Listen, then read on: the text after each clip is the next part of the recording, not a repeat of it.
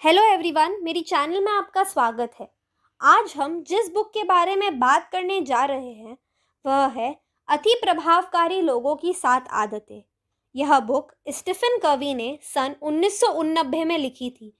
इस किताब में उन्होंने हमें 7 आदतों के बारे में बताया है जो सक्सेसफुल लोग अपनी ज़िंदगी में रोज़ इस्तेमाल करते हैं। वो कैसे दुनिया देखते हैं और कैसे अपने परेशानियों को सुलझाते हैं। इस वीडियो में हम उन्हीं 7 आदतों को जानेंगे, समझेंगे और देखेंगे कि हम कैसे उन्हें अपनी ज़िंदगी में अपना सकते हैं। आदत ही जीवन बनाती है। आज हम जो कुछ भी हैं पिछले दिनों की गई आदतों की वजह से है। इसीलिए अपने जीवन में आदतों को सुधारना बहुत ही ज़रूरी है। इस किताब को स्टीफन ने 3 भागों में बांटा है। पहला, व्यक्तिगत जीत। दूसरा, सार्वजनिक जीत। और तीसरा, सारी आदतों को निखारना। अगर हमें जीवन में सफल बनना है तो हमें अंदर से बाहर की तरफ जाना होगा, यानी हमें पहले खुद को बदलना होगा, न कि दूसरों को। तो आइए इसी के साथ चलते हैं पहली आदत पे। सक्रिय रहें। सक्रिय लोग अपने व्यवहार के लिए परिस्थितियों को दोष नहीं देते हैं। वे जानते हैं कि वे अपना व्यवहार चुन सकते हैं। दूसरी ओर, प्रतिक्रियाशील लोग अक्सर अपने भौतिक वातावरण से प्रभावित होते हैं। वे अपने व्यवहार के लिए बाहरी स्रोतों को दोषी मानते हैं। जैसे अगर मौसम अच्छा है तो उन्हें अच्छा लगता है, यदि ऐसा नहीं है तो यह उनके रवैये और प्रदर्शन को प्रभावित करता है और वे मौसम को दोष देते हैं। ये सभी बाहरी ताकतें उत्तेजनाओं के रूप में कार्य करती है जिनका हम जवाब देते हैं। उत्तेजना और प्रतिक्रिया के बीच हमारी सबसे बड़ी शक्ति है। हमें अपनी प्रतिक्रिया चुनने की स्वतंत्रता है। सबसे महत्वपूर्ण चीज़ों में से एक जिसे हम चुनते हैं वह है जो हम कहते हैं। हमारी भाषा इस बात का एक अच्छा संकेतक है कि हम खुद को कैसे देखते हैं। एक सक्रिय व्यक्ति सक्रिय भाषा का उपयोग करता है, जैसे मैं कर सकता हूँ, मैं करूँगा, मुझे पसंद है आदि। एक प्रतिक्रियाशील व्यक्ति प्रतिक्रियाशील भाषा का उपयोग करता है, जैसे मैं नहीं कर सकता, मुझे नहीं करना, यदि, केवल। प्रतिक्रियाशील लोग मानते हैं कि वे जो कहते हैं और करते हैं उसके लिए वे जिम्मेदार नहीं, उनके पास कोई विकल्प नहीं है। सक्रिय लोग अपने प्रयासों को अपने सर्कल ऑफ इन्फ्लुएंस पर केंद्रित करते हैं। वे उन चीज़ों पर काम करते हैं जिनके बारे में वे कुछ कर सकते हैं, जैसे स्वास्थ्य या काम पर समस्याएं। प्रतिक्रियाशील लोग अपने प्रयासों को चिंता के घेरे में केंद्रित करते हैं। ऐसी चीज़ें जिन पर उनका बहुत कम या कोई नियंत्रण ही नहीं होता, जैसे राष्ट्रीय ऋण, आतंकवाद या मौसम। जिन क्षेत्रों में हम अपनी ऊर्जा खर्च करते हैं उनके बारे में जागरूकता प्राप्त करना सक्रिय बनने की दिशा में एक बड़ा कदम है। दूसरी आदत, अंत को शुरुआत से ही सोचें, यानी सफलता के स्पष्ट उपायों को परिभाषित करें और उन्हें प्राप्त करने की योजना बनाएं। अपने दिमाग में कल्पना करने की क्षमता जो आप वर्तमान में अपनी आंखों से नहीं देख सकते। यह इस सिद्धांत पर आधारित है कि सभी चीज़ें 2 बार बनाई जाती हैं। एक मानसिक रचना है और एक भौतिक रचना है। भौतिक सृष्टि मानसिक का अनुसरण करती है, जैसे एक भवन एक नक्शे का अनुसरण करता है। मान लीजिए आप अपने किसी परिजन के अंतिम संस्कार में जा रहे हैं। वहाँ आपके परिवार वाले, आपके दोस्त और आपके मोहल्ले वाले भी मौजूद हैं। आपने अपनी गाड़ी पार्क करी, फिर अंदर गए और अंदर देखा सब बहुत ही दुखी हैं और रो रहे हैं। आपने अपने फूल निकाले और जब आपने उस शव को देखा तो क्या पाया कि ये तो आपका ही शव है। फिर आप वहाँ बेंच पर बैठ गए और एक एक करके सब आपके बारे में बोलने लगे। पहले आपके परिवार, फिर दोस्त और फिर मोहल्ले वाले। अब आप अपने मन में ये सोचिए कि आप अपने मरने के वक्त अपने परिवार या दोस्त या मोहल्ले वालों से अपने बारे में क्या सुनना चाहेंगे। कोई भी चीज़ होने से पहले 2 बार होती है, पहले आपकी सोच में, फिर उसके बाद शारीरिक तौर पर। पहली आदत में हमने देखा कि आप अपने जीवन के खुद कर्ता हैं, और दूसरी आदत में आप अपने जीवन को बनाएंगे, लेकिन उससे भी पहले उसे सोचेंगे। आज आप जो भी काम कर रहे हैं, चाहे कोई नौकरी, अपना काम, सिंगिंग, डांसिंग, एक्टिंग या कोई और काम, क्या जीवन के अंत में आप इस काम के लिए सराहना पाना चाहते हैं? तो ठीक है। अगर नहीं, तो आपको आपके अंत के बारे में सोचने की ज़रूरत है। आप अपना खुद का संविधान लिखो, जिससे आप अपने सर्कल ऑफ इन्फ्लुएंस बड़ा कर सकें। लेकिन सबसे ज़रूरी बात यह है कि आपके सर्कल ऑफ इन्फ्लुएंस केंद्र किस बात पर निर्भर करता है। आपके सर्कल ऑफ इन्फ्लुएंस का केंद्र आपके पति या पत्नी, बच्चे, पैसे, चर्च, मंदिर, गुरुद्वारे, दोस्त, दुश्मन, संपत्ति, परिवार आदि पर निर्भर नहीं होना चाहिए। उदाहरण के लिए, मान लीजिए आपका केंद्र आपकी पत्नी है, जिसमें आपकी शक्ति, मार्गदर्शन, सुरक्षा और ज्ञान चारों चीज़ें सिर्फ पत्नी पर आश्रित है। तो क्या जिस दिन पत्नी का मूड अच्छा नहीं होगा, तो उस दिन आप भी दुखी हो जाएंगे? अगर आपकी शक्ति, मार्गदर्शन, सुरक्षा और ज्ञान आपके परिवार या दोस्त या दुश्मन या किसी और व्यक्ति पर आश्रित होंगे, तो वो व्यक्ति आपके संविधान के नियम को भी प्रभावित करेगा। इसीलिए अपने सर्कल ऑफ इन्फ्लुएंस के केंद्र में हमेशा आपके सिद्धांत को ही रखें। अगर आप अपने सिद्धांत को अपने जीवन में पहली जगह देंगे, तो आप अपने परिवार, दोस्त या किसी और व्यक्ति से भी अच्छे रिश्ते बना पाएंगे। तीसरी आदत, ज़रूरी काम सबसे पहले। ये हमने पहले ही सीखा था कि इंसान जानवर से इसीलिए अलग है क्योंकि उसके पास आत्म जागरूकता है। उसको पता है कि उसके लिए क्या सही है और क्या गलत है। तो अभी आप क्या कर रहे हैं? हाँ, आप यह वीडियो देख रहे हैं, लेकिन उसके तुरंत बाद आप क्या करेंगे? क्या वो काम करेंगे जो आपको आपके जीवन में सक्सेस पाने में मदद करेगा, या फिर वो काम जो सिर्फ समय को बेकार करेगा? जैसा आपने अपने अंतिम संस्कार में सोचा था, वैसा इंसान बनने में जो काम आपकी मदद करेगा, उस काम को सबसे पहले खत्म करें, फिर बाकी काम करें। आदत 3, आदत 1 और 2 की व्यवहारिक पूर्ति है। आदत 1 कहती है आप निर्माता हैं, आप प्रभारी हैं। आदत 2 पहली मानसिक रचना है जो कल्पना पर आधारित है। यह कल्पना करने की क्षमता है कि आप क्या बन सकते हैं। आदत 3 दूसरी रचना है, भौतिक रचना। चौथी आदत, उक्त विश्वास संबंध बनाकर अधिक प्रभावी ढंग से सहयोग करें। जब भी आपका अपनी फैमिली या किसी कलीग के साथ कोई झगड़ा होता है, तो उसका कोई सल्यूशन निकालना ही पड़ता है जिससे सबका भला हो। विन विन बेस्ट सल्यूशन है।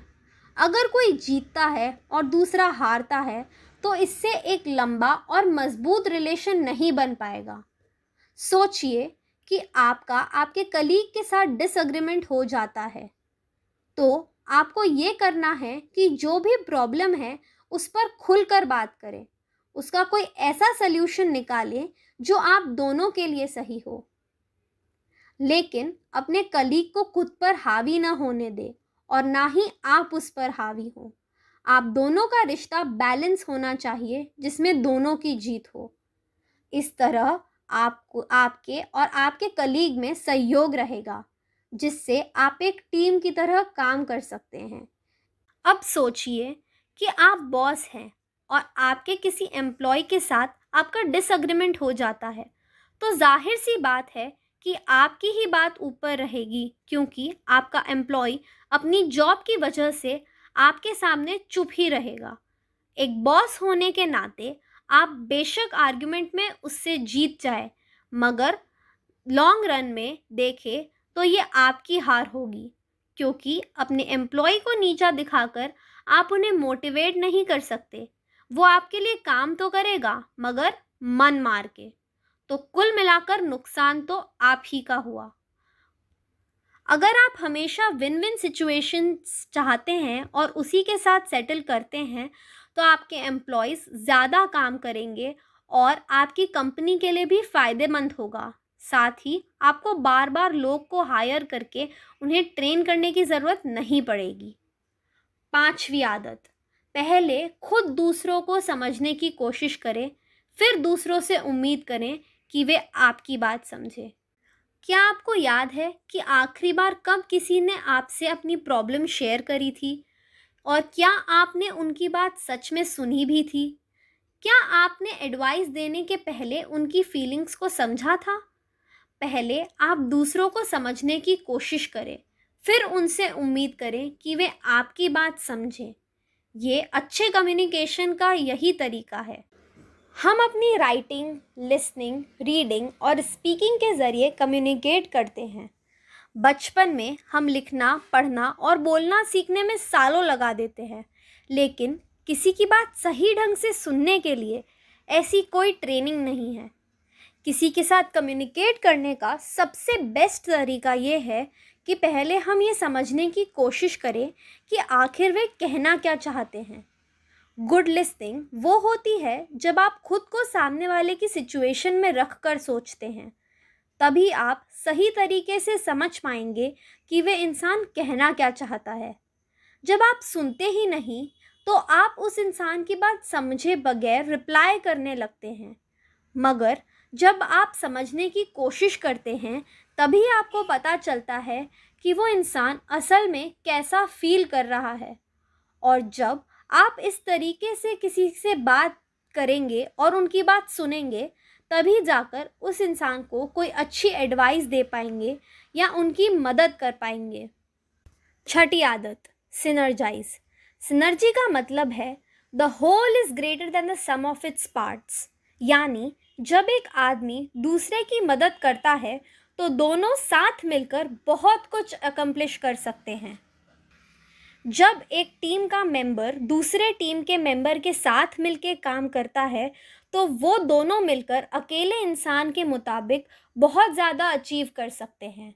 जब कोई भी नेचुरल डिज़ास्टर जैसे आग, टाइफून, अर्थक्वेक या आदि होता है, तो लोग सिनर्जाइज होते हैं, यानी साथ मिलकर काम करते हैं। वो मुसीबत में पड़े लोगों को मदद करने के लिए आगे आते हैं। तब लोग अपने डिफरेंसेस भूल जाते हैं। मुश्किल घड़ियों में लोगों के अंदर सहयोग करने की फीलिंग्स आती हैं और सब तुरंत मिलजुल कर सरवाइव करने की कोशिश करते हैं। सिनर्जी का मतलब कॉरपोरेट या कोलैबोरेशन भी है। इसका मतलब साथ मिलकर चलना। चाहे कोई भी ग्रुप हो, अगर आपस में सिनर्जी होगी तो इसका बेनिफिट ज़रूर मिलेगा। लेकिन दिक्कत तो ये है कि सिनर्जी हमारी लाइफ में रोज़ नहीं होती। लोग आपस में अपने मतभेद दूर ही नहीं करना चाहते। उन्हें ये बड़ा मुश्किल लगता है, क्योंकि हर किसी का एक डिफरेंट पॉइंट ऑफ व्यू होता है, एक अलग नज़रिया होता है।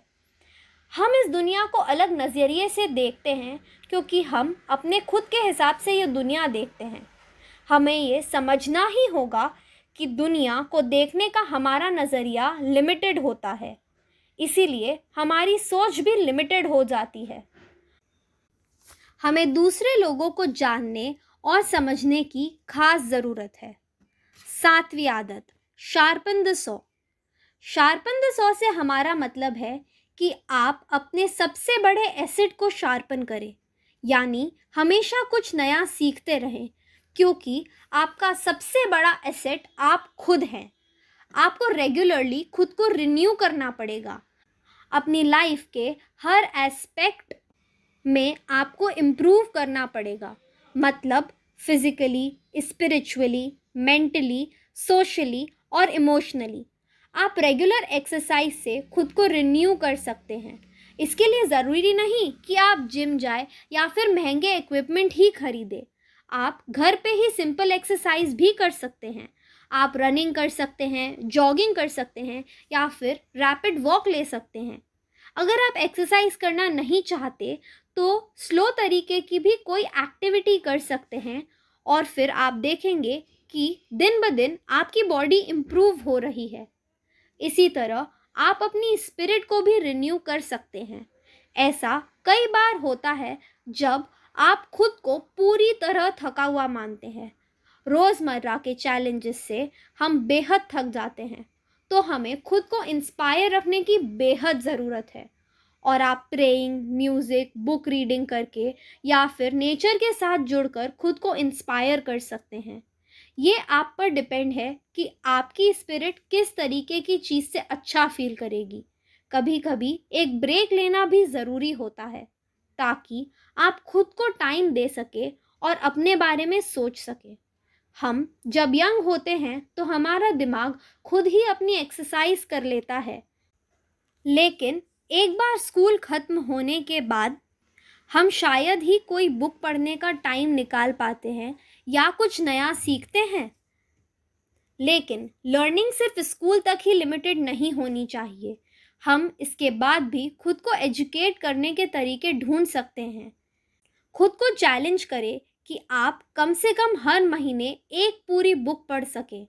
और जो लोग बहुत बिजी हैं और बुक नहीं पढ़ सकते, तो आप ऑडियो बुक सुन सकते हैं। हमारे सोशल और इमोशनल एस्पेक्ट एक दूसरे के साथ क्लोजली जुड़े होते हैं। ऐसा इसलिए क्योंकि हमारे इमोशन लोगों के साथ इंटरैक्ट करने से ही पैदा होते हैं। हर दिन हमें दूसरों के साथ अपने रिलेशन इम्प्रूव करने का मौका मिलता है। तभी तो कहा गया है कि अर्न योर नेबर्स लव, यानी अपने पड़ोसियों से प्यार करें।